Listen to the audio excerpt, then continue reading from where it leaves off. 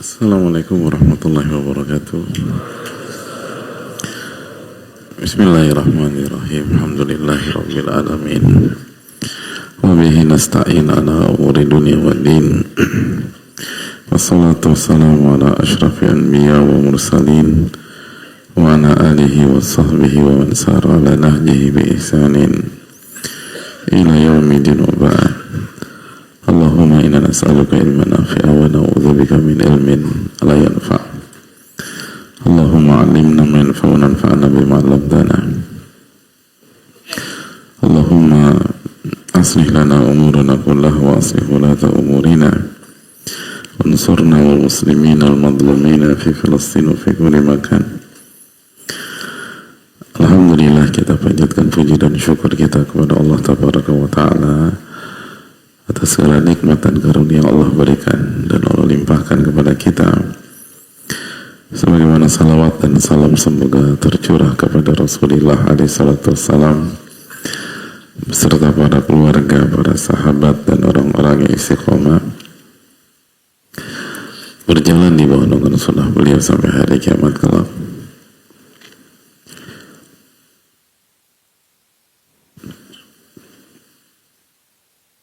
Kita meminta kepada Allah Subhanahu wa Ta'ala dengan nama-namanya yang Al-Husna dan sifat-sifatnya yang maha mulia, Allah memberikan kita ilmu yang bermanfaat dan melindungi kita dari ilmu yang tidak bermanfaat. Allah perbaiki urusan kita dan urusan pemimpin-pemimpin kita. Allah tolong kita dan Allah tolong saudara-saudara kita, khususnya terzalimi di Palestina dan berbagai macam tempat. Amin ya rabbal alamin. Dan jamaah sekalian Allah muliakan, di kesempatan kali ini saya mengucapkan selamat Idul Adha 1446 Hijriah.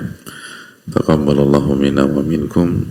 Semoga Allah terima amal ibadah kita, khususnya di 10 hari pertama Dzulhijjah dan di hari-hari tasyrik. Amin ya rabbal alamin. Dan semoga Allah terima ibadah kurban kita dan segala amal saleh kita di hari-hari yang mulia tersebut. Dan kita harus menyadari bahwa walaupun 10 hari pertama Dzulhijjah telah berakhir dan hari-hari tasyrik pun telah berakhir, namun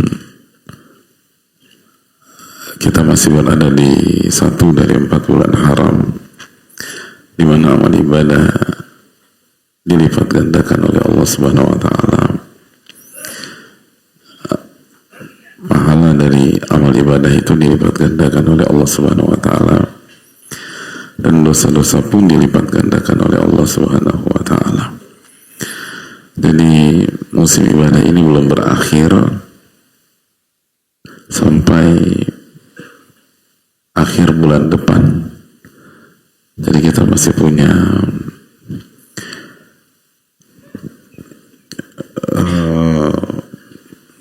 musim ibadah yang cukup panjang dan butuh bahan bakar yang banyak, dan yang paling penting adalah butuh pertolongan dari Allah Subhanahu wa Ta'ala. Dan ini kesempatan emas bagi kita. Sebagaimana simpel saja bahwa kajian kita di bulan ini pahalanya berbeda dengan kajian kita di bulan-bulan umum lainnya, maka kita harus lebih ekstra semangat dan libatkan hati, karena ini semua tentang bagaimana niat kita dan keyakinan kita kepada Allah Tabaraka wa Ta'ala. Semoga Allah terima amal ibadah kita. Amin ya rabbal alamin. Hadirin Allah muliakan, kita akan kembali bersama Tadhkiratus Sami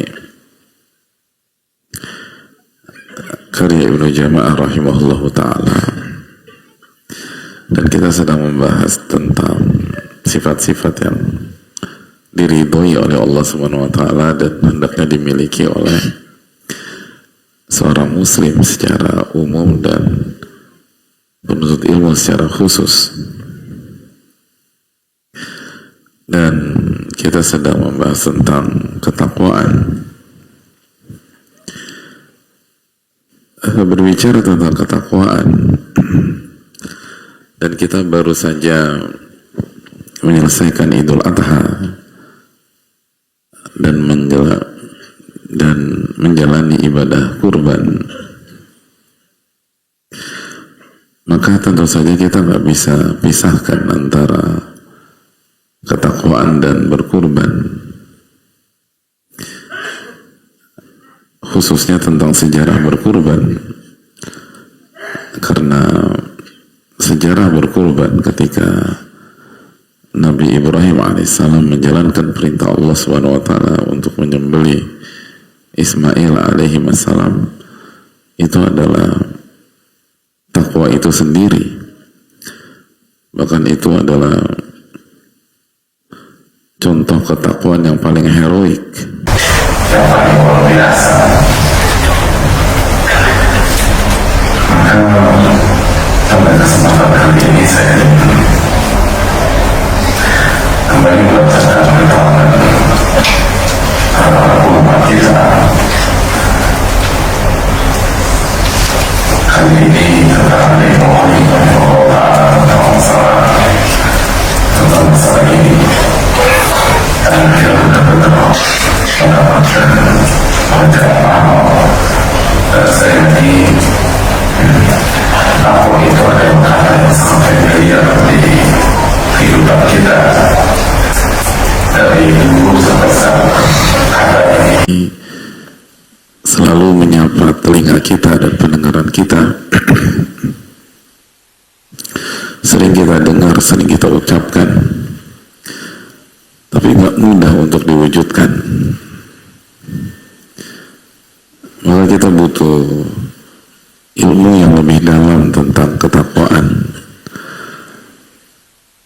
bukan hanya tentang definisi bahwa takwa itu menjalankan perintah Allah dan menjauhi larangan Allah, atau takwa itu adalah taat pada perintah Allah di atas ilmu dengan penuh keikhlasan, dan menjauhi larangan Allah di atas ilmu dan penuh keikhlasan.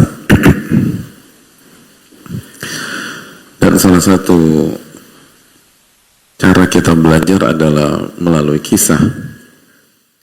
Oleh karena itu banyak sekali kisah di dalam Al-Quranul Karim, kisah yang penuh makna. Oleh karena itu di momentum setelah Idul Adha, sangat disayangkan kalau kita biarkan berlalu tanpa kita mentadaburi makna dari ibadah yang baru saja kita kerjakan.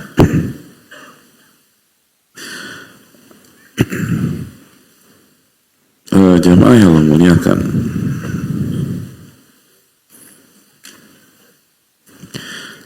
mari kita simak keterangan dari Ibnul Qayyim.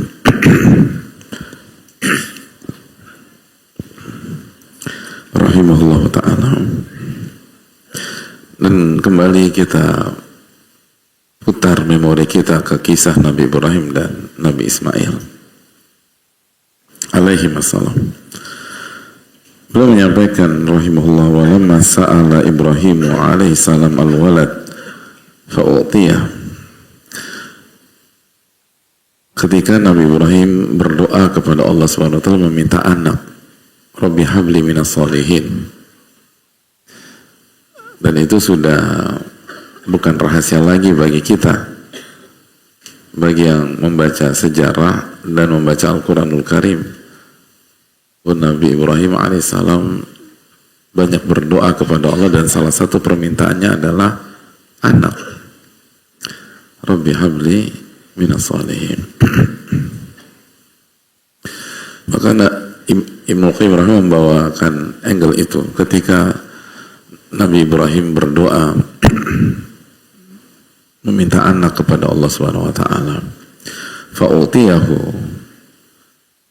Maka Allah memberikan anak kepada Nabi Ibrahim. Allah memberikan anak.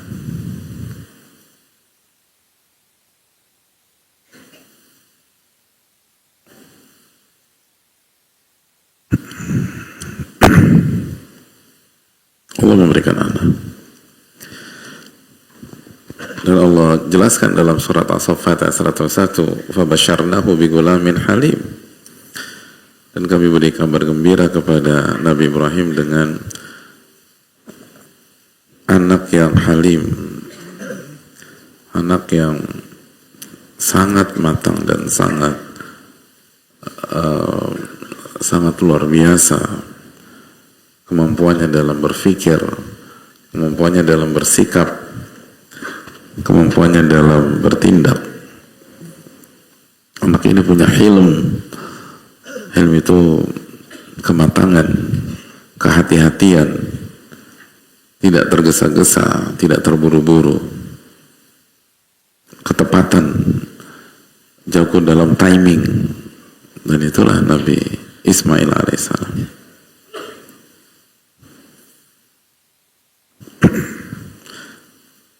Hadirin sekalian, apa yang terjadi berikutnya, kata beliau. Jadi Ibnu Qayyim sedang menjelaskan behind the scene-nya, cerita di balik layar.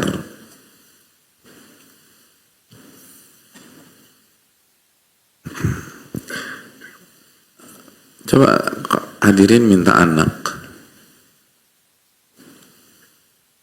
Tapi ngomong-ngomong, ibunya anak-anak udah ada belum? Susah ya. Ya udah minta ibunya anak-anaknya dulu lah. Doa dulu. Yang jomblo berdoa minta jodoh misalnya. Yang sudah menikah belum punya anak berdoa minta anak. Lalu dikasih sama Allah. Dikasih sama Allah Subhanahu wa ta'ala. Dan dikasih sosok yang spesial. Sosok yang istimewa. Kita minta jodoh. Hadirin yang laki-laki minta istri atau akhwat di belakang atau sisters di belakang minta suami dan dikasih. Istri idaman hadirin seperti apa sih kriterianya?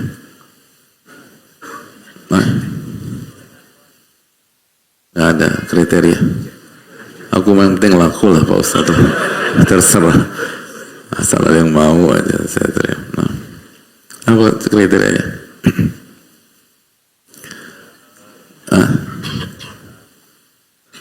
Soleha, terus apa lagi? Perempuan, soleha, terus kaya, terus cantik, terus baik. Pantesan aja nggak laku-laku sampai sekarang. Iya, susah banget kriterianya. Dan kalau ada belum tentu mau sama antum. Saya bisa ngerti kenapa banyak jomblo di sini. Susah sekali kriterianya. Soleha, cantik, kaya. Atau apa tadi? Penyayang, seumuran. Antum berapa? 52. Ya, nggak mudah kan cari yang sesuai. Jadi saya ngerti sih susah ternyata. Fa'udiyahu. Ternyata Allah kasih buat hadirin sekalian.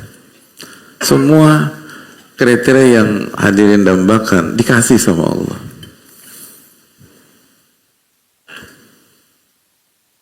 Nah kira-kira itulah yang dialami Nabi Ibrahim, tapi di level yang sangat luar biasa, beda level dengan kita. Belum minta anak dan doa sama Allah Subhanahu wa taala.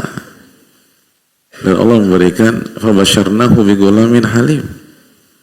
Agar kami kasih kabar gembira untuk Nabi Ibrahim, beliau mendapatkan anak yang halim.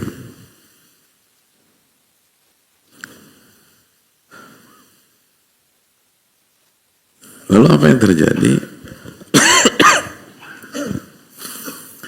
Hadirin, kalau hadirin tadi minta istri atau akhwat di belakang minta suami dengan kriteria yang tadi yang susah banget itu loh.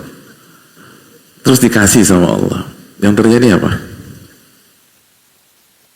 Hah?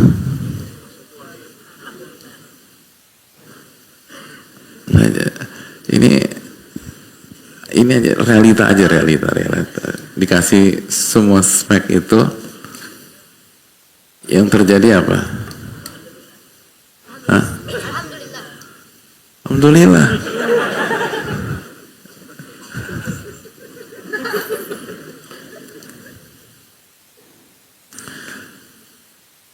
Ini realistis ya? Hah? Pasti ada aja kekurangan. Enggak, saya nggak nanya ada kekurangan. Semua kriteria yang hadirin minta dikasih. Berikutnya apa yang ada pada hadirin sekalian? Hadirin akan jatuh cinta. Hadirin akan jatuh cinta. Itu dulu deh. Antum nggak cinta sama wanita kayak begitu, cantik, kaya, terus apa lagi tadi? Soleha, terus apa lagi? Seumuran, terus apa lagi? Kan itu pokoknya. Hadirin akan jatuh cinta. Lihat apa yang dikatakan Ibnu Qayyim. Wa ta'allaqa hubbuhu biqalbihi. Maka itu yang dirasakan Nabi Ibrahim alaihissalam. Cintanya kepada Ismail benar-benar merasuk ke dalam hati beliau.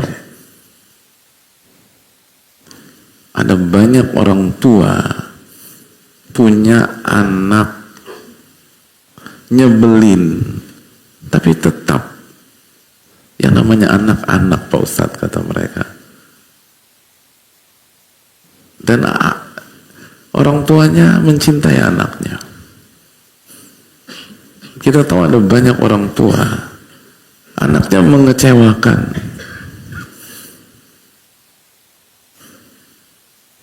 anaknya berantakan sekolahnya, ada yang kuliahnya nggak kelar,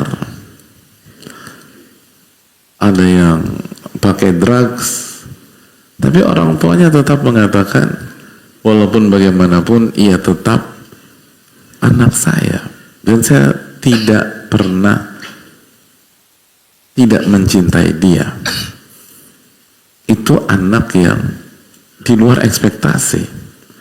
Lalu bagaimana dengan Ismail alaihissalam? Fabasyarnahu bigulamin halim. Maka kami beri kabar gembira anak yang halim. Wa ta'allaqa hubbuhu biqalbihi. Maka cinta Nabi Ibrahim ke Nabi Ismail begitu dalam di dalam hati Nabi Ibrahim alaihissalam.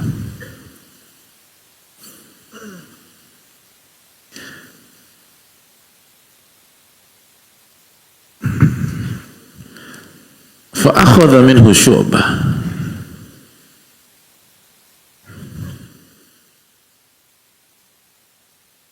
Cintanya kepada Nabi Ismail benar-benar memiliki tempat yang dalam di dalam hati Nabi Ibrahim. Sama seperti tadi. Kita pengen menikah, pengen sosok dikasih sama Allah. Atau yang sudah menikah pengen anak, nunggu program sana sini, akhirnya dikasih sama Allah, dan anaknya lucu banget gitu loh, pinter, maka kita akan timbul rasa cinta, dan benar-benar cinta itu punya tempat di dalam hati kita. Apa yang terjadi berikutnya? Simak baik-baik, ini penting. Makanya saya langsung kaitkan dengan kehidupan kita. Gharal habibu ala khalilihi an yakuna fi qalbihi mawdi'un li ghairihi. Maka kata Ibnu Qayyim, simak baik-baik ya. Maka Allah pun cemburu Allah cemburu. Ketika kekasihnya memiliki rasa cinta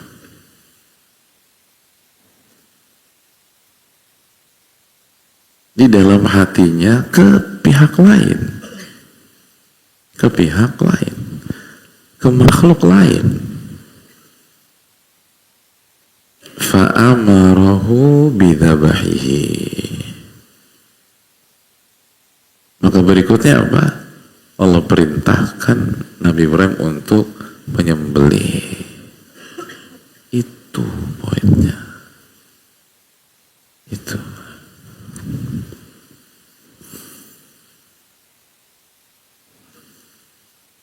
Itulah ayat yang kita simak dan seringkali dibawakan ketika khutbah Idul Adha kemarin. Falamma balagha ma'ahu sa'ya qala ya bunay inni ara fil manami anni adbahuka. Ketika Nabi Ismail sudah tumbuh menjadi anak muda yang solid, yang aktif, turunlah perintah itu. Ya bunai inni ara fil manami anni adbahuka. Wahai anakku, aku diperintahkan oleh Allah SWT atau aku bermimpi untuk menyembelihmu. Bagaimana menurutmu?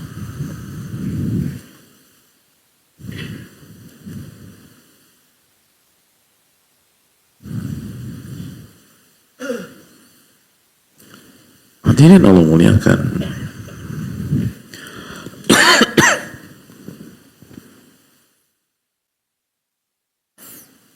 Itu ternyata kronologinya. Wa kana al-amru fil manami liyakuna nafidhul ma'muri bi'a'zam ibtila'an wa imtihana.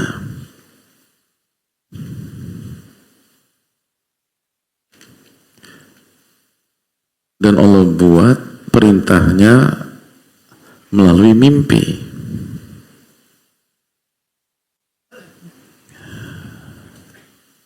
Melalui mimpi.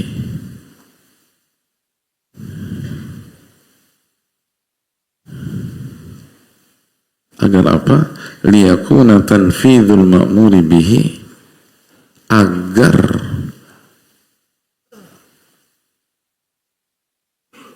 ketika menerapkan perintah tersebut jauh lebih berat dan jauh lebih rumit ujiannya karena mimpi nih.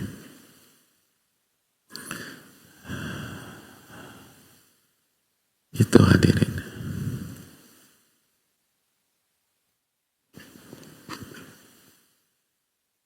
Kita lanjutkan. Walam yakunil maqsudu dzabhal walad. Dan dari awal tujuan dari penyembelihan tersebut bukanlah menyembelih anak, bukan. Sama sekali bukan. Dari awal bukan itu.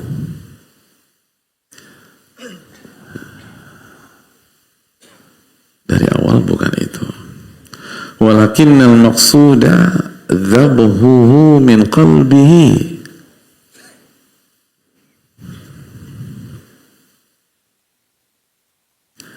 Tapi dari awal tujuannya adalah menyembelih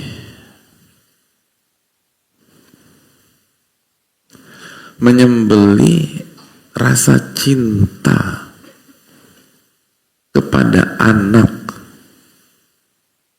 di dalam hati agar tidak offside, agar tidak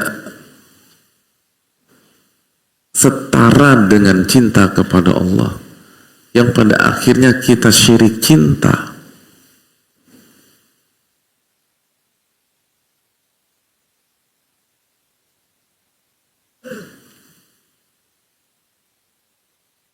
liyukhallisal qalba li rabbih, agar hati itu memurnikan ibadah hanya untuk Allah,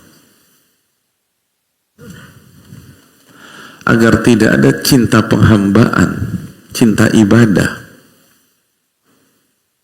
cinta yang berpadu dengan ketaatan, ketundukan, kerendahan kepada selain Allah. Karena cinta yang berpadu pada ketaatan, ketundukan, dan kerendahan hanya diberikan kepada Allah Subhanahu wa Ta'ala.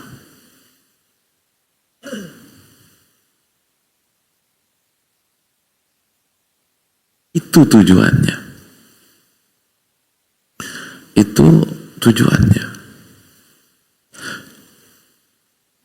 Falamma badarul khalilu alaihi salatu wassalam ila imtithal, maka ketika Nabi Ibrahim, sang kekasih Allah Subhanahu wa Ta'ala, bersegera dalam menjalankan perintah itu, wa qaddama mahabbatallah ala mahabbati waladih, dan mengedepankan cintanya kepada Allah dibanding cintanya kepada anaknya, hasalal maqsud, maka tujuan awal dari perintah itu tercapai. Farafa'a dzabah,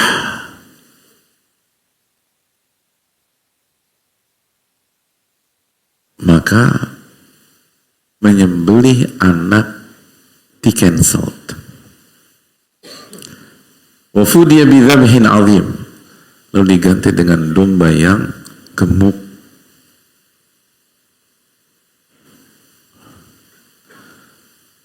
Dan itulah firman Allah Subhanahu wa Ta'ala, falamma aslama wa tallahu lil jabin, ketika kedua sosok ini berserah diri kepada Allah dan sudah siap untuk menjalankan perintah Allah di detik-detik terakhir itu, wa nadainahu ayya Ibrahim, maka kami panggil, wahai Ibrahim, qad saddaqta ru'ya, engkau telah membenarkan wahyu tersebut.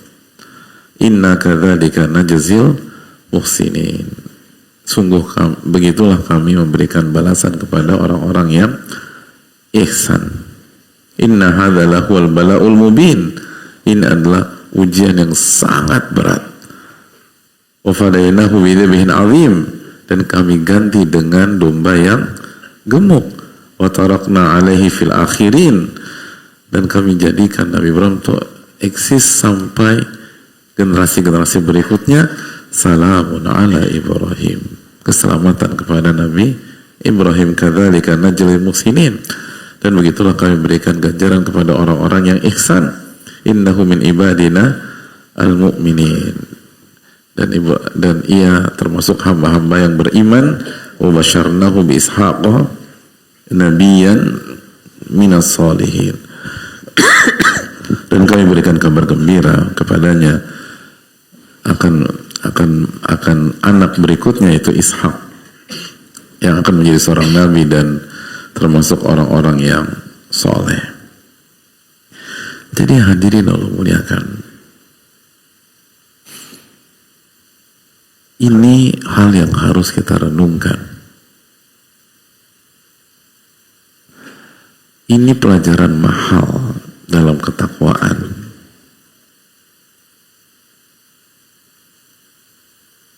Banyak di antara kita berpikir, ketika kita berdoa kepada Allah, lalu Allah berikan keinginan kita, Allah berikan cita-cita kita, Allah berikan mimpi kita, Allah berikan apa yang kita mau, apa yang kita inginkan, lalu semuanya selesai berakhir happy ending. Enggak, hadirin. Atau sebagaimana cetukan hadirin sekalian tadi. Setelah itu ngapain? Bersyukur. Iya, ngomong gampang ketika belum dapat. Kan manusia tuh begitu.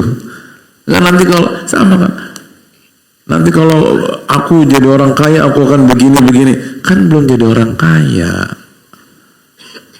belum tahu rasanya kalau uang di genggaman.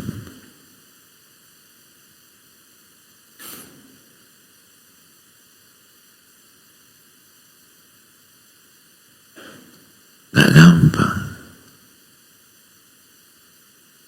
Nanti pokoknya kalau aku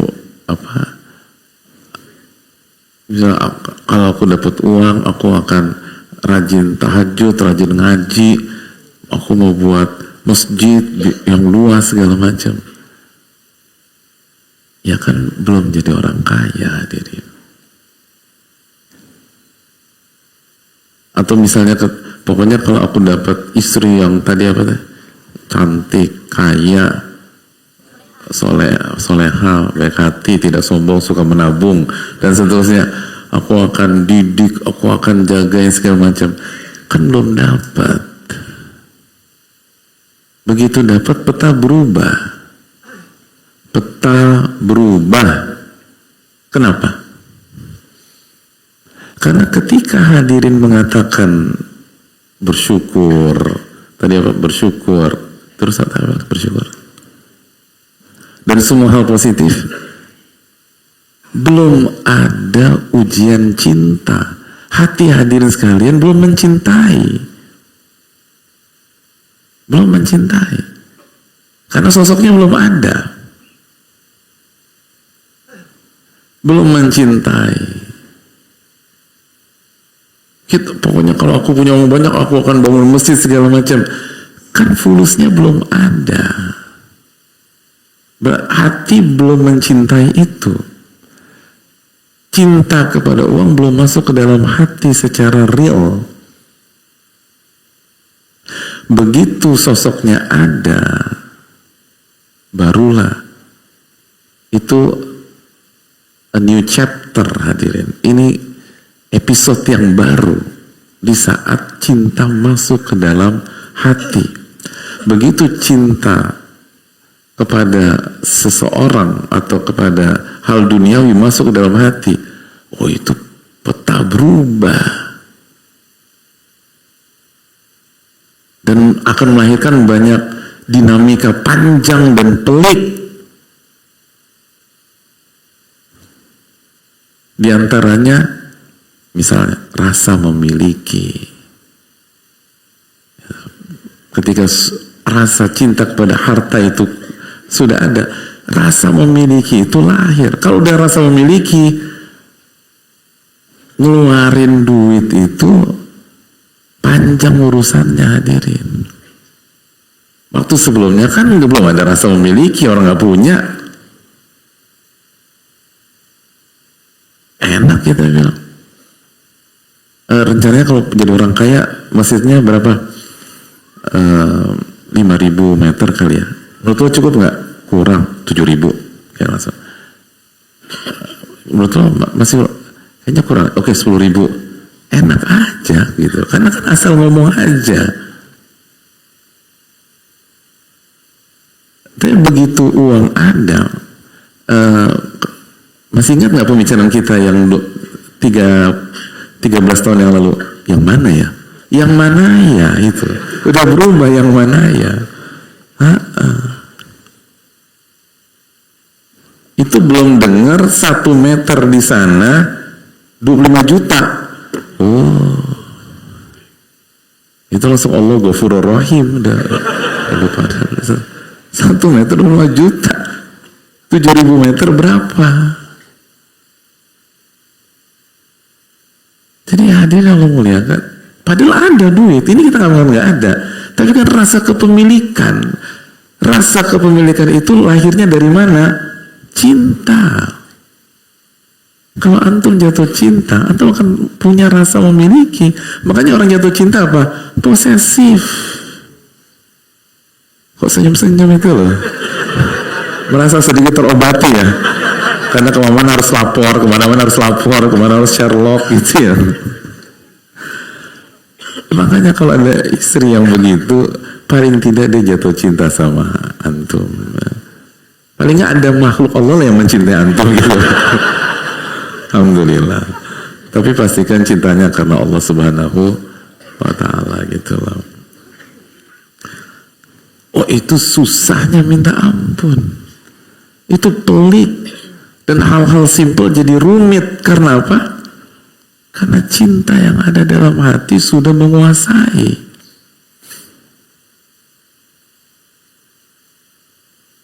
Makanya itu yang disembelih dalam kisah Nabi Ibrahim. Yang disembelih adalah rasa kepemilikan. Kenapa? Karena cinta itu.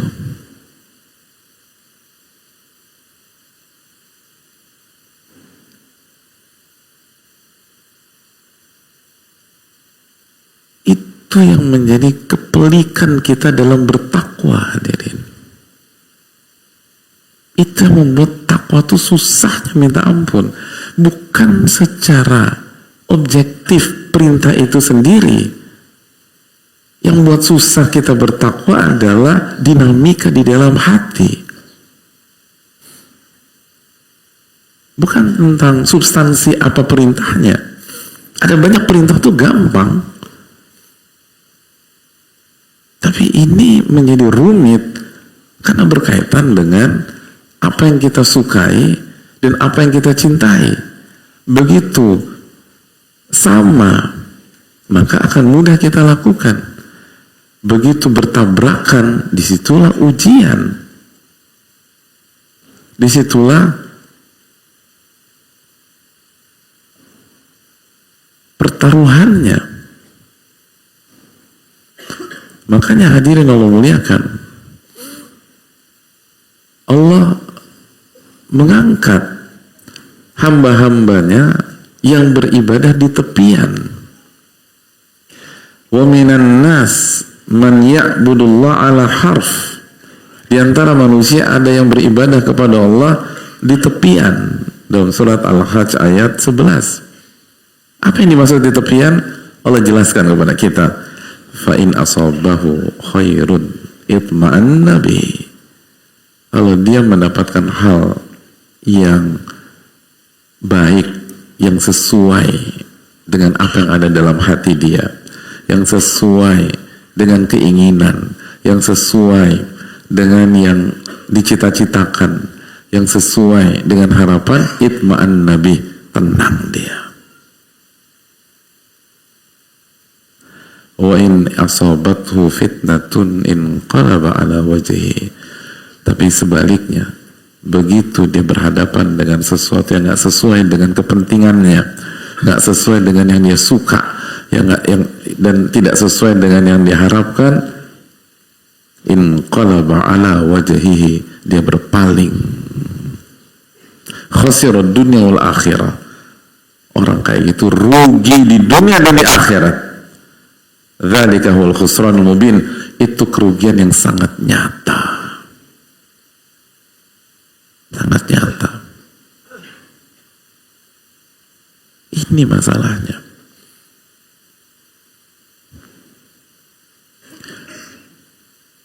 Makanya kadang-kadang kok kayak gini aja kok saya susah ngejalaninya ya.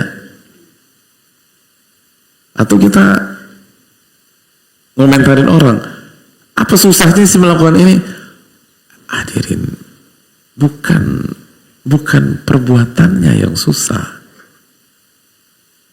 tapi apa yang ada di dalam diri seseorang. Itu yang membuat peliknya minta ampun. Kenapa demikian?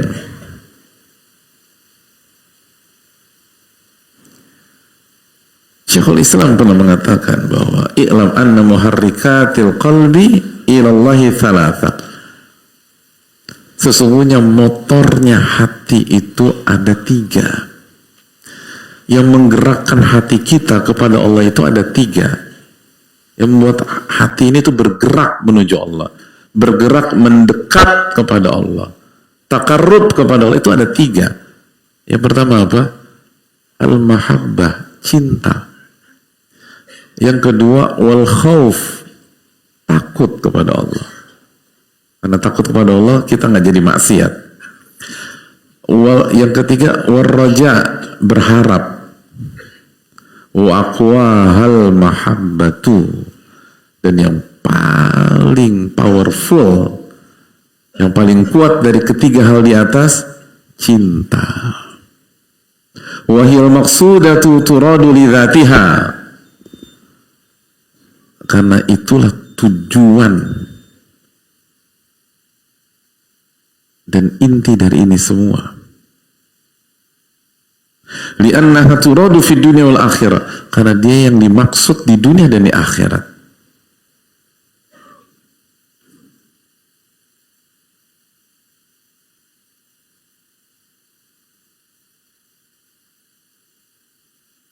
Karena mahabbah ini yang membawa kita mendekat kepada Allah. Bahkan Syekhul Islam mengatakan, wa ala qadri dha'fiha wa quwwatiha yakunu sayru ilaihi. Sesuai dengan kekuatan cinta kita, kecepatan kita menuju Allah Subhanahu wa ta'ala. Kalau cinta kita lemah, maka kecepatan kita menuju Allah pun lambat. Kalau cinta kita kuat, maka kecepatan menuju Allah pun juga cepat. Ini hikmah atau makna besar dari Idul Adha kemarin. Aku qouli hadza wa astaghfirullakum. Kita akan lanjutkan pada salat maghrib. Wa sallallahu sallam ala nabiyina Muhammad wa ala alihi wa sahbihi ajma'in.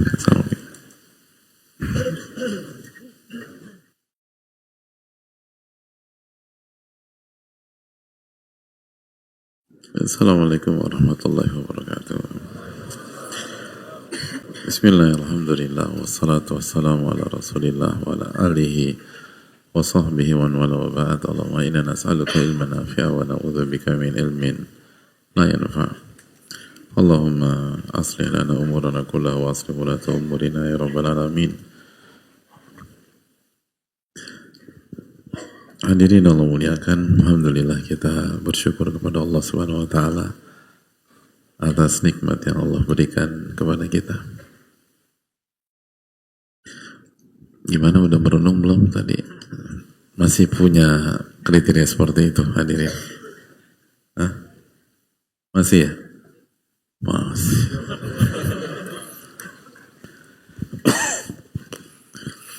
Ya itulah manusia ya hadirin. Kita tuh seringkali ngelihat masalah tuh dari satu sisi.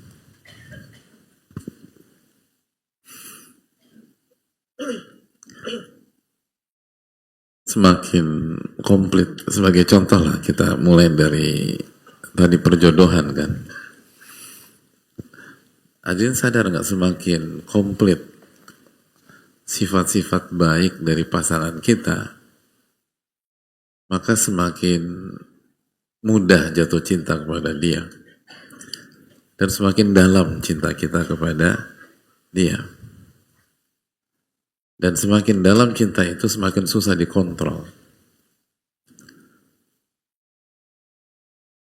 Dan tadi kata Ibnu Qayyim, kalau hati sudah terpaut, maka Allah cemburu. Dan Allah akan uji dengan sesuatu hal untuk memperlihatkan dan untuk dilihat mana yang kita lebih cintai, apakah Allah Subhanahu wa taala atau makhluk tersebut. Makanya tadi kita jelaskan apa yang dikatakan Ibnu Qayyim, bahwa dari awal tujuannya bukan untuk menyembelih anak, bukan itu poinnya, tapi bagaimana menyembelih ketergantungan cinta itu di dalam hati, sehingga tidak offside, sehingga tidak sama dengan cinta kepada Allah Subhanahu wa ta'ala. Dan itu nggak mudah. Itu nggak mudah. Itu susahnya minta ampun. Lihat bagaimana Nabi Ibrahim harus menyembelih.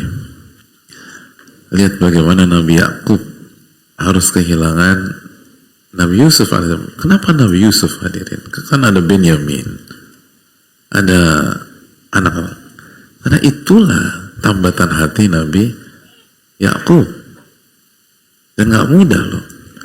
Jangan gampang, nanti saya bisa lewati. Kita tahu Nabi Yakub sampai buta hadirin. Itu Nabi. Nabi alaihissalam sampai buta kan. Dalam nahan itu. Jadi gak mudah. Makanya disinilah hikmah besar dari ujian, hikmah besar dari musibah, hikmah besar dari kendala yang kita hadapi, atau hikmah besar ketika kita meminta sesuatu Allah nggak kasih. Tapi kan bukan Allah nggak ijabah. Kita tahu bahwa pengijabahan doa itu dengan berapa cara? 3 cara.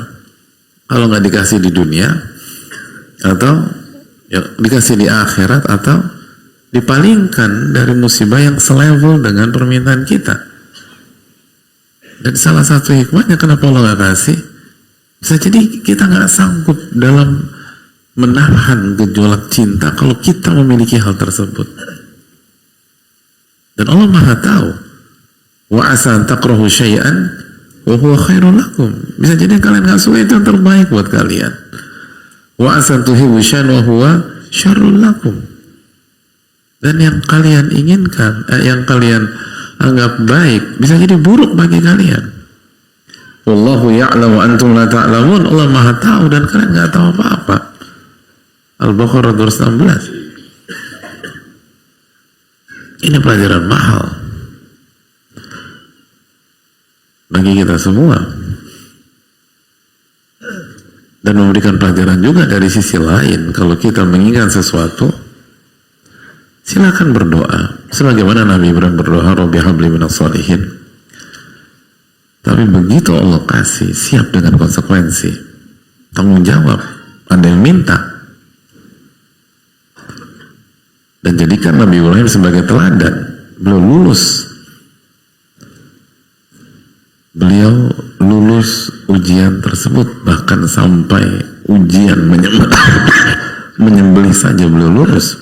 Qad saddaqta ru'ya, engkau telah membenarkan wahyu, engkau telah buktikan. Dan itu nggak mudah, sama sekali tidak mudah.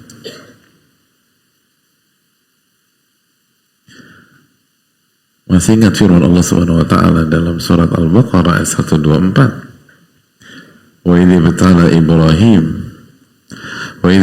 Ibrahim rabbuhu bikalimat fa'atammahun.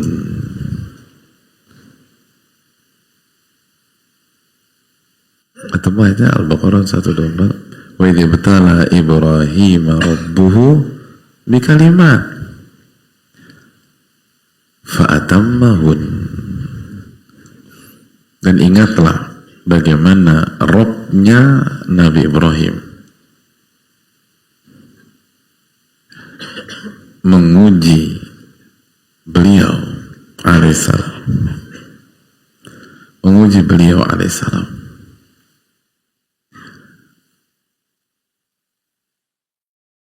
Apa yang terjadi? Beliau lulus seluruh ujian tersebut. Allahu Akbar. Semuanya lulus hadirin. Kalau ujian dapat 100 beliau ini hadirin. Dan saking luar biasa yang Allah firmankan, lulus. Allah uji dengan banyak, Allah uji dengan ayah beliau. Sehingga ada dinamika. Bahkan saking peliknya, saking susahnya ujian dengan ayat tersebut, Allah firmankan, Allah hikayatkan dialog beliau dengan ayahnya dalam Al-Quran. Lalu berhadapan dengan kaumnya, dengan penguasa pada saat itu. Lalu beliau mau dibunuh, dilemparkan ke kobaran api.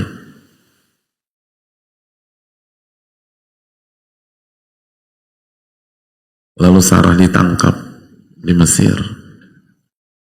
lalu dari dinamika rumah tangga, lalu Hajar dibawa ke Bakkah, lembah tandus yang bernama Bakkah atau Makkah, lalu disuruh tinggalkan. Bayangkan meninggalkan istri dan anak di lembah yang bernama Bakkah. Itu sama aja membunuh kalau pakai logika. Dan itu sangat berat bagi seorang pencinta.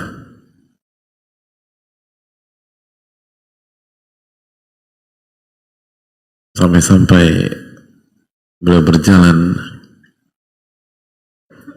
setelah beliau tinggalkan, beliau nggak ada briefing kan hadirin. Beliau biarkan, Hajar kejar kan, ya Ibrahim, atatrukuna fi hadzal wadi alladhi laysa fihi insun wala syai'. Wa Ibrahim, apakah engkau benar-benar meninggalkan aku dan anakmu di lembah yang tidak ada kehidupan seperti ini? Diam, tanya lagi, diam, tanya lagi, diam, sampai Hajar mengatakan, Allahu amaraka bihadza.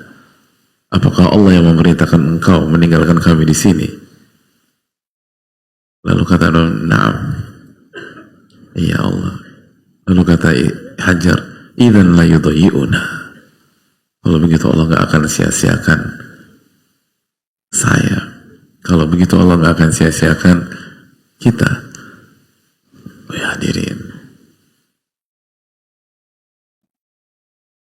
meninggalkan istri yang begitu kita cintai, itu beratnya luar biasa.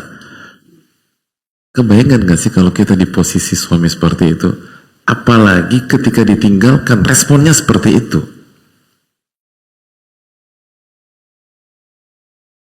Responnya seperti itu. Itu kan semakin berat. Coba kalau misalnya istrinya ngamuk gitu loh, lalu guling-guling, kesel, marah, semukul-mukul gini. Mungkin kita mikir, mungkin ini hikmahnya saya harus ninggalin dia. Kan begitu. Mungkin ini hikmahnya kita harus ninggalin dia. Ternyata baru diginin aja udah berantakan. Tapi kalau respon istri, Allahu amarka bihadza. Coba pernah kita yang punya istri ya, kita berumah tangga berapa tahun? Berapa kali istri kita mengatakan, apakah ini perintah Allah? Kalau ini perintah Allah, Allah nggak akan sia-siakan kita. Kenapa kamu nggak ngambil proyek itu, Mas? Apakah Allah larang? Kalau larang, sami'na wa ta'na. Allah nggak akan sia-siakan kita. Kenapa kamu resign, Mas? Apakah ini karena perintah Allah? Kalau ini perintah Allah, Allah nggak akan sia-siakan kita. Wah, hadirin. Suami mendapatkan kalimat itu dari istri, oh goyang hadirin. Goyang bukan arti negatif, tapi tambah cinta dengan istrinya, tambah berat dengan istri seperti itu. Oh itu enggak, ini ditinggal, bukannya marah, bukan kesel, bukan, oh jadi begini cara mainnya nih, oh jadi cukup tahu aja Mas. Itu kan membuat justru antum semakin yakin pergi kan gitu. Oh benar, saya harus tinggalkan perempuan kayak begini. Tapi kalau istri hadirin bilang, Allah amarka bihadza, apakah ini untuk Allah? Apakah Allah yang perintahkan ini? Apakah ini karena ayat yang Mas berusaha kerjakan? Apakah ini karena sebuah hadis Nabi SAW yang Mas ingin amalkan? Dan nggak nyecer lagi, cuma nanya itu aja. Lalu ketika kita bilang, iya insya Allah, kalau begitu Allah nggak akan sia-siakan kita. Oh, bisa jadi nggak jadi pergi hadirin, pulang lagi, udah kayaknya nggak ada. Itu nggak mudah.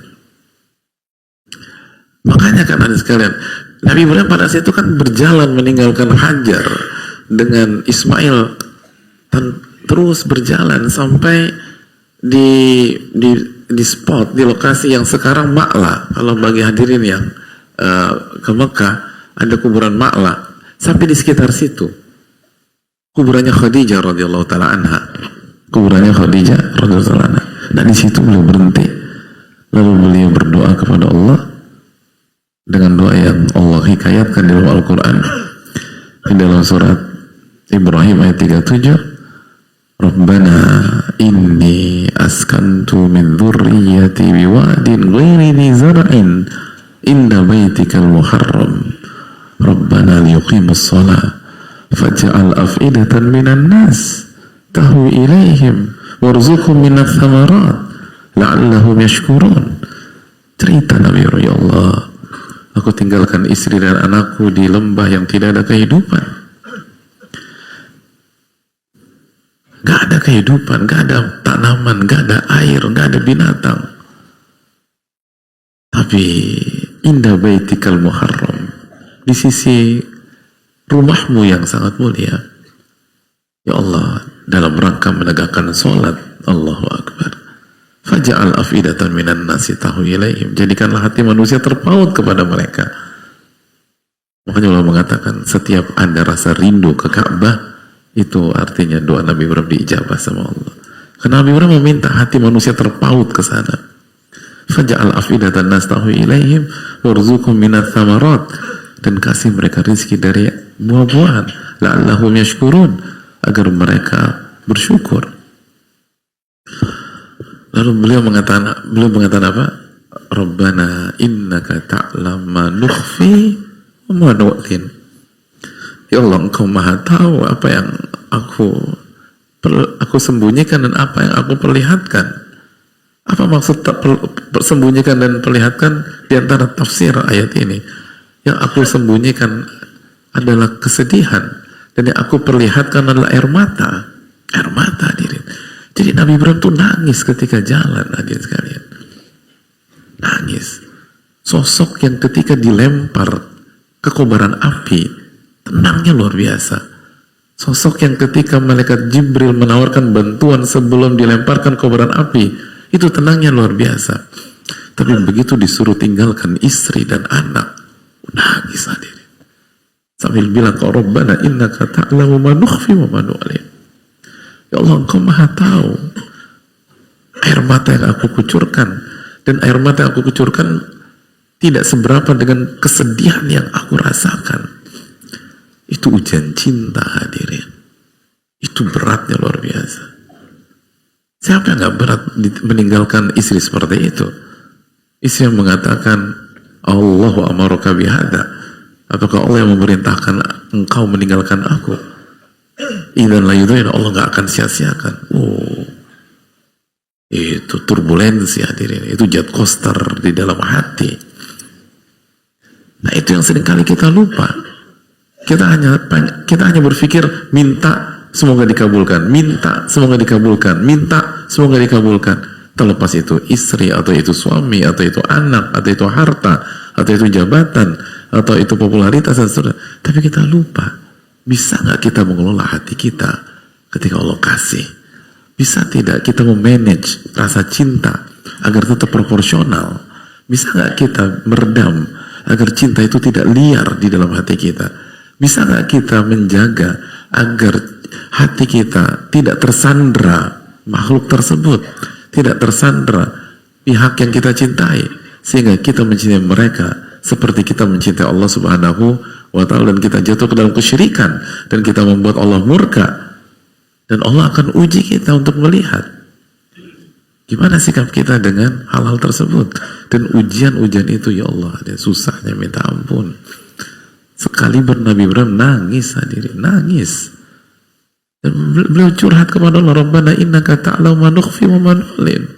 Engkau maha tahu bagaimana aku menahan rasa sedihku ini karena aku meninggalkan Hajar dan Ismail, dan tak kuasa aku meneteskan air mata.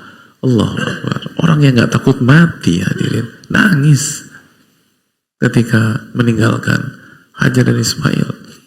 Dari sini kita bisa tahu bagaimana jet coasternya hati Nabi Ibrahim ketika disuruh menyembelih Ismail. Gak mudah itu. Nah, seringkali kita lupa. Kita pikir tadi, kalau kita berdoa atau kita mengejar sesuatu yang kita inginkan, lalu dapat, maka otomatis happy ending. Itu episode baru dalam ujian, hadirin. Itu episode baru dalam ujian. Gak mudah. Makanya manusia tuh bodohnya luar biasa. Innahu kana dzuluman jahula. Zalimnya minta ampun, bodohnya luar biasa. Dan yang terbaik adalah apa yang Allah tetapkan. Makanya al khairu khiratullah. Yang terbaik adalah pilihan Allah. Apa yang Allah pilihkan untuk kita. Apa yang Allah berikan untuk kita. Dan itu gak mudah. Dan ini menunjukkan bahwa ujian itu luar biasa. Allah al-Latif, hadirin. Allah itu maha halus. Allah itu menguji kita. Saking halusnya, kita gak sadar kita diuji. Kan orang kan selalu berpikir bahwa ujian itu ketika belum dapat jodoh. Atau kita selangkah berpikir ujian itu kalau misalnya pasangan kita tidak ideal, itu ujian. Pasangan kita nggak soleh atau nggak soleha, itu ujian. Kita lupa bahwa pasangan yang begitu mempesona sekalipun itu ujian besar bagi kita. Ya, itu nggak mudah.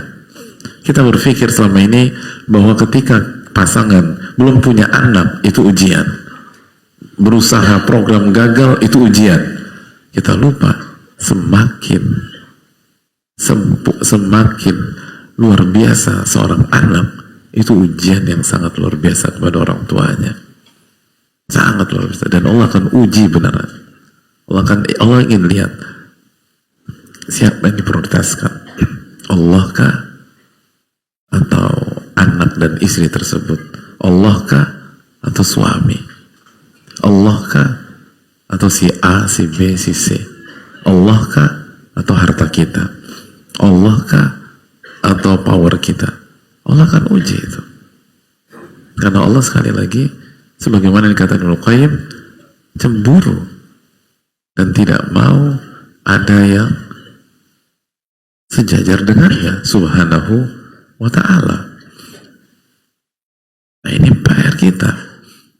Sehingga seorang mukmin itu selalu husnudzon dengan Allah dan selalu tidak kehilangan harapan dengan Allah. Walaupun itu tadi, walaupun kita belum dapat jodoh, atau walaupun ternyata pasangan kita tidak sesuai dengan impian kita, walaupun kita belum punya anak, atau kita punya anak ternyata anak kita tidak sesuai dengan cita-cita dan harapan kita, itu cara Allah untuk menjaga kemurnian tauhid di dalam diri kita. Dan kita harus yakin bahwa kalau kita dikasih sebaliknya belum tentu kita bisa. Hadirin, Nabi bisa sampai buta matanya, Nabi Yakub alaihissalam, Nabi Ibrahim sampai nangis, saking nahannya itu luar biasa. Ini ujian berat, ini nggak mudah. Oleh karena itu, yang diinginkan adalah bagaimana kita mengikhlaskan cinta kita, cinta ibadah kita kepada Allah. Mentauhidkan Allah dengan cinta kita itu hal yang menjadi isu yang sangat besar. Dan itu pendorong hati menuju Allah subhanahu wa ta'ala. Jadi ini pelajaran mahal. Sekali lagi, yang disembelih bukan anak, hadirin. Yang disembelih adalah keterpautan hati kepada anak. Dan itu gak mudah. Kita dengarnya enak karena kita dengar kisah ini setelah semua selesai, setelah happy ending. Tapi kalau kita ada di drama itu dari awal, hadirin, sangat gak mudah.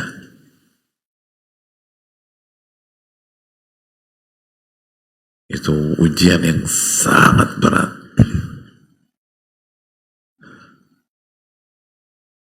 Tapi karena dua sosok ini luar biasa, seakan-akan mudah jalan-jalan. Padahal itu goncangannya luar biasa.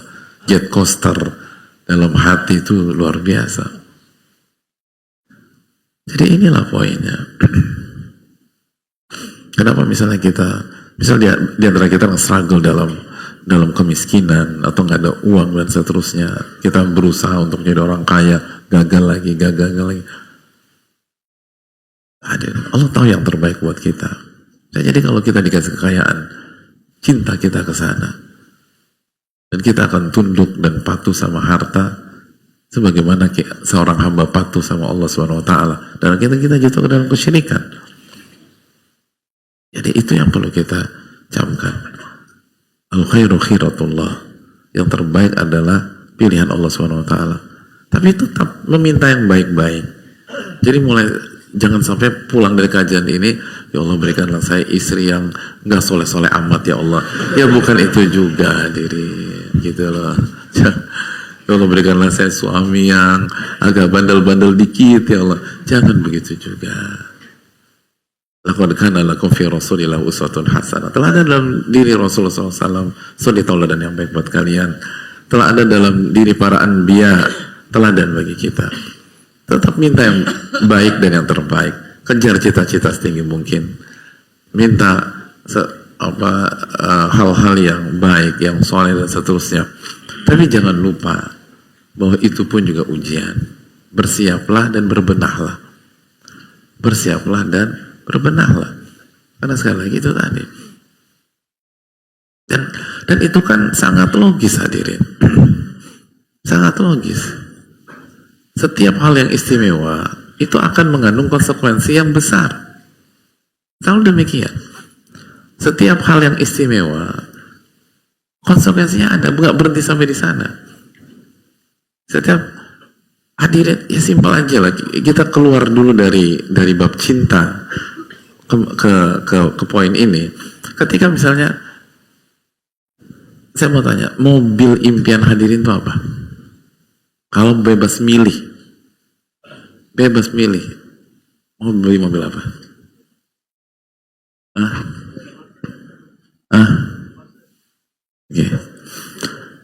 Oke. Nggak ada yang lebih tinggi lagi.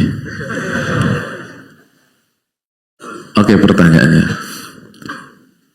siap nggak dengan borosnya bensinnya? Gitu. Itu mobil-mobil kayak gitu satu berapa? 1,8. 1 liter 8 rumah. Gitu. Kata orang gitu. Boros hadir. Jadi kita tuh kan mana mau ini? Iya siap nggak? Itu boros loh. Pajak siap. Semua hal istimewa banyak konsekuensi. Kalau lagi di lampu merah, lalu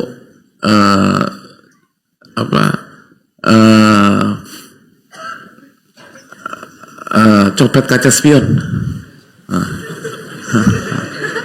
Anda hadirin punya sports car,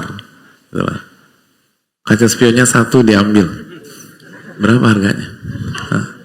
Oh itu lumayan buat gigit-gigit jari hadirin. Kita tuh kan tanya, saya mau rumah yang luas. Ya rumah yang luas. MB-nya berapa? Semua demikian. Itu dunia tuh demikian hadirin. Dan cuma mau aja. Semua tuh ada konsekuensi. Begitu Anda mau hal yang spesial, akan ada PR yang harus Anda kerjakan. Akan ada PR yang harus Anda kerjakan. Gak bisa Anda pengen ini terus dapat lalu selesai happy ending. Enggak. Akan ada drama baru. Akan ada drama baru. Maka sekali lagi, al khairu khiratullah. Yang terbaik adalah apa yang Allah pilih buat kita. Dan jangan sampai ini menghalangi kita dari ketakwaan kepada Allah Subhanahu wa ta'ala. Karena apa yang kita dapatkan itu berasal dari Allah. Dan kalau kita bisa buktikan bahwa Allah lebih kita cintai, nanti Allah ganti semuanya. Sebagaimana Ismail diselamatkan oleh Allah, dan Allah ganti dengan dzibhin azim, dengan domba yang besar. Ini pelajaran bagi kita. Kalau kita berhasil dengan taufik Allah membuktikan bahwa Allah selalu nomor 1, Allahul Ahad, maka Allah akan atur semuanya buat kita, dan insya Allah kita akan dapatkan hal tersebut. Ini yang bisa disampaikan, semoga bermanfaat dan semoga kita bisa lebih bijak dalam melihat kehidupan dan bisa menjaga tauhid kita kepada Allah Subhanahu wa taala dan ketakwaan kita kepada Rabbul Alamin, dan bukan sebaliknya ketakwaan kita kebiri gara-gara hal-hal tersebut. Dan sekali lagi, ini bukan tentang menyembelih anak Ini tentang menyembelih keterpautan hati karena mencintai anak. Kalau itu sudah berhasil kita sembelih, maka yang ada adalah kemudahan, keberkahan, pertolongan Allah Subhanahu wa taala. Sebagaimana kata Allah, salamun ala Ibrahim. Sebelumnya, wa tarakna alaihi fil akhirin. Allah akan buat langgeng, ada eksistensi di sana, keselamatan, dan Allah kasih Ishak buat Nabi Ibrahim. Dan sekali lagi, perintahnya adalah perintah yang secara kasat mata adalah menyembelih anak. Itu berarti menyembelih keturunan, dan sebagaimana kita katakan, dan ketika berhasil dilakukan, artinya menyembelih keterpautan hati karena cinta kepada anak, maka tidak ada keturunan yang berhenti, tidak ada keturunan yang hilang, justru sebaliknya, keturunan Nabi Ibrahim langgeng, dan seluruh para nabi setelah itu berasal dari keturunan beliau, dari Ishak dan dari Nabi Ismail alaihi wassalam, dan Nabi Muhammad SAW berasal dari keturunan Nabi Ibrahim melalui Nabi Ismail alaihissalam, dan penguasa-penguasa dan dunia ini dikuasai oleh keturunan-keturunan yang sampai hari kiamat. Imam Mahdi keturunan siapa? Nabi Isa keturunan siapa? Nabi Isa akan turun lagi. Itu keturunan siapa? Semua keturunan Nabi Ibrahim. Jadi dunia itu dikuasai oleh keturunan-keturunan Nabi Ibrahim. Itulah keberkahan kalau kita bisa bertakwa kepada Allah dan kita bisa lulus tes atau ujian-ujian tersebut. Gak mudah, tapi ada Allah Subhanahu wa taala. Gak mudah, tapi mintalah pertolongan kepada Rabbul Alamin.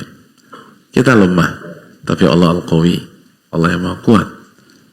Kita penuh terbatas, tapi Allah Al-Azim, Al-Jabbar, Al-Mutakabbir, Fa'alul lima yurid. Maka sekali lagi jangan putus asa, jangan terlalu khawatir, dan jangan lupa bahwa Nabi SAW menyuruh kita untuk punya mimpi hal-hal besar. Kata Nabi SAW, Inna Allah yuhibbu ma'aliyal umur. Allah suka dengan hal-hal yang besar, tapi bukan kita yang bisa mewujudkan, tapi pertolongan Allah lah yang membuat kita bisa mendapatkan hal tersebut. Semoga Allah memberikan taufik. Kita buka sedikit waktu untuk sesi tanya jawab. Wassalamualaikum warahmatullahi wabarakatuh.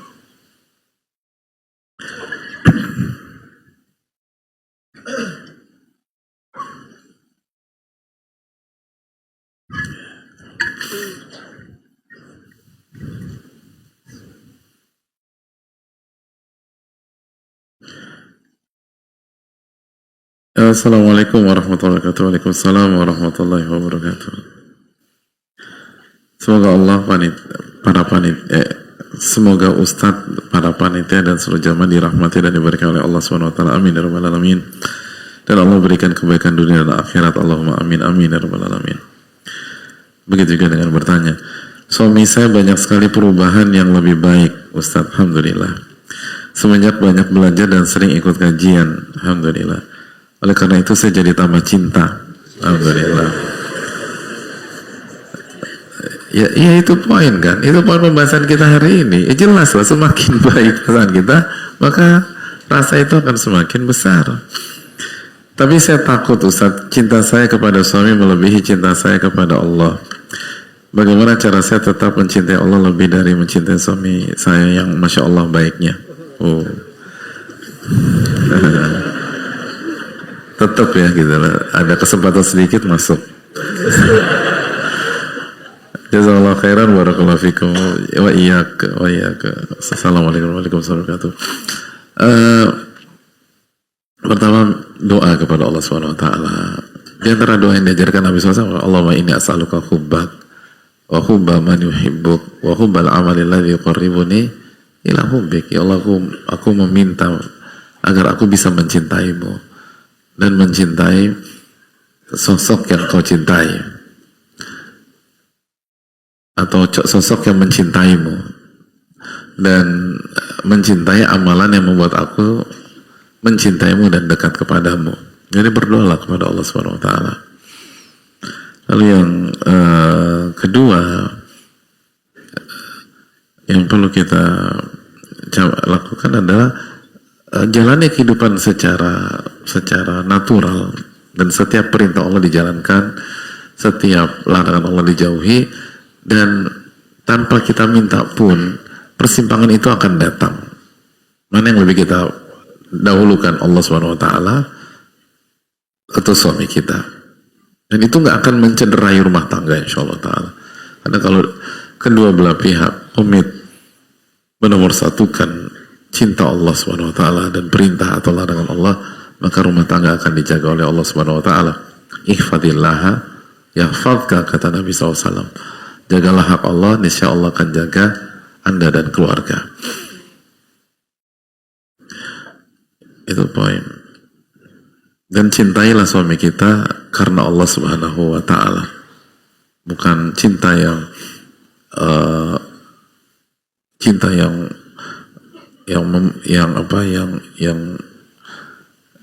membuat kita merasa memiliki dia seutuhnya. Itu juga karena sekali lagi suami kita adalah hamba Allah Subhanahu wa taala, dan ia akan kembali kepada Allah Tabaraka wa taala dan seterusnya. Dan itu tadi ujian dunia kan, kalau nggak berkaitan dengan perintah dan larangan, bersimpang dengan keinginan atau musibah, pasangan kita sakit atau pasangan kita meninggal duluan. Dan itu ujiannya istri-istri Nabi alaihissalam. Dan itu ujian yang sangat berat bagi wanita yang memiliki suami yang saleh. Wallahu ta'ala bishawab.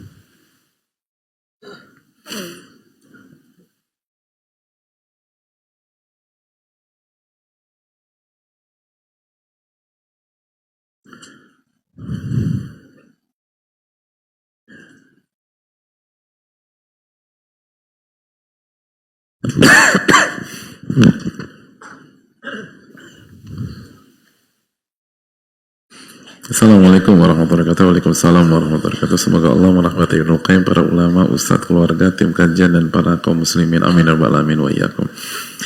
Ustadz, saya dan suami baru saja kehilangan anak ketiga kami 4 bulan yang lalu.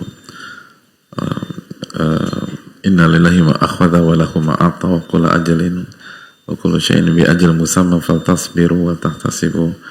Semoga diberikan kesabaran dan diberikan pahala besar. Amin ya rabbal alamin. Saya merasa kena banget dengan isi kajian hari ini. Anak ketiga kami sehat, lucu, dan anak yang kami tunggu-tunggu. Karena kedua anak kami sebelumnya memiliki kelainan dan sakit sedari dalam kandungan. Oleh karena itu kami sangat mencintai dan menanti-nanti juga posesif kepada anak ketiga kami ini. Tapi qadarullah, Allah memanggil kembali anak ketiga kami. Seperti yang saya sampaikan hari ini, mungkin kami syirik cinta kepada selain Allah. Syirik cinta kepada Allah. Mohon nasihatnya untuk kami agar kami bisa berserah diri, agar kami bisa memperbaiki diri kami ke depan. Semoga Ustaz bisa menjawab pertanyaan kami. Jazakallahu khairan, barakallahu fikum barakallahu wa iyyak, dan ikut berduka dengan berita ini, dan semoga ayah ibu dari atau pasangan suami istri diberikan kesabaran dan diberikan ketakwaan dalam menjalani masa-masa sulit ini. Dan sekali lagi, syirik cinta itu apabila cinta kita cinta ibadah kepada selain Allah Subhanahu wa taala. Dan cinta ibadah itu intinya adalah cinta bersama dengan rasa rendah dan ketundukan dan kepatuhan. Kalau unsur-unsur itu ada, maka itu ibadah, dan tidak boleh diberikan kepada selain Allah Subhanahu wa ta'ala.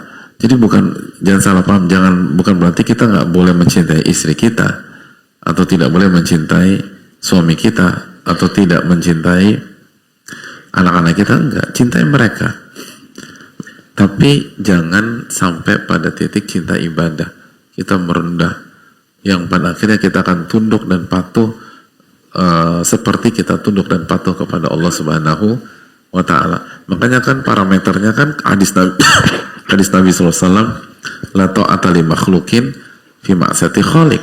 Tidak ada ketaatan kepada makhluk kalau bermaksiat. Artinya kalau istri kita menginginkan sesuatu, atau suami kita menginginkan sesuatu, atau anak kita menginginkan sesuatu, dan ternyata itu nggak boleh atau itu haram, lalu kita dengan tegar mengatakan tidak, maka walaupun kita sangat mencintai mereka, insya Allah itu bukan cinta ibadah. Karena sekali lagi, karena tidak ada unsur ketundukan dan kepatuhan secara mutlak kepada mereka. Karena ketundukan dan kepatuhan mutlak hanya boleh kepada Allah Tabaraka wa Ta'ala. Dan tapi nggak ada salahnya untuk selalu introspeksi diri, selalu muhasabah, dan khawatir kita jatuh ke dalam kesyirikan. Karena Nabi SAW mengatakan tentang syirik, akhfa min dabi bin namli. Syirik itu lebih samar daripada semut hitam. Dalam riwayat alas safa fi dhulumati dhulmai. Syirik itu lebih samar daripada batu hitam semut hitam di atas batu hitam di tengah kegelapan malam. Jadi sangat samar sekali. Jadi wajar kita harus takut ke dalam kesyirikan. Nabi Ibrahim aja berdoa, wajudu bani wa bani na'budal asnam. Allah jauhkan aku dengan keturunanku dari beribadah kepada berhala. Itu bapaknya ahli tauhid saja masih berdoa untuk dijauhkan dari kesyirikan. Terus evaluasi dan semoga Allah memberikan kebaikan. Dan kita tahu anak kecil yang wafat sebelum balik, maka ia akan, atau mereka akan bersama Nabi Ibrahim alaihissalam di surga. Jadi itu free pass masuk surga. Jadi sedih jelas, tapi jangan berlebihan.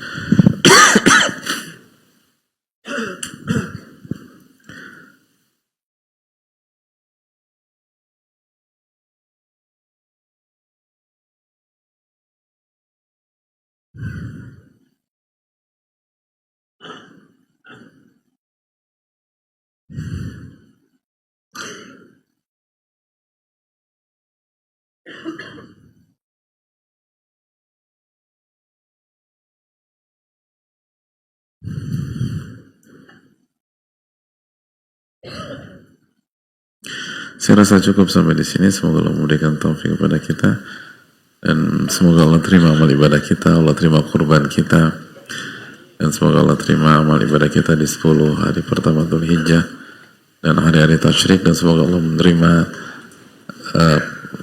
haji jamaah yang berangkat haji tahun ini. Amin ya rabbal alamin. Subhanakallahumma wa bihamdika, la ilaha illa anta, astaghfiruka wa atubu ilaik. Assalamualaikum warahmatullahi wabarakatuh.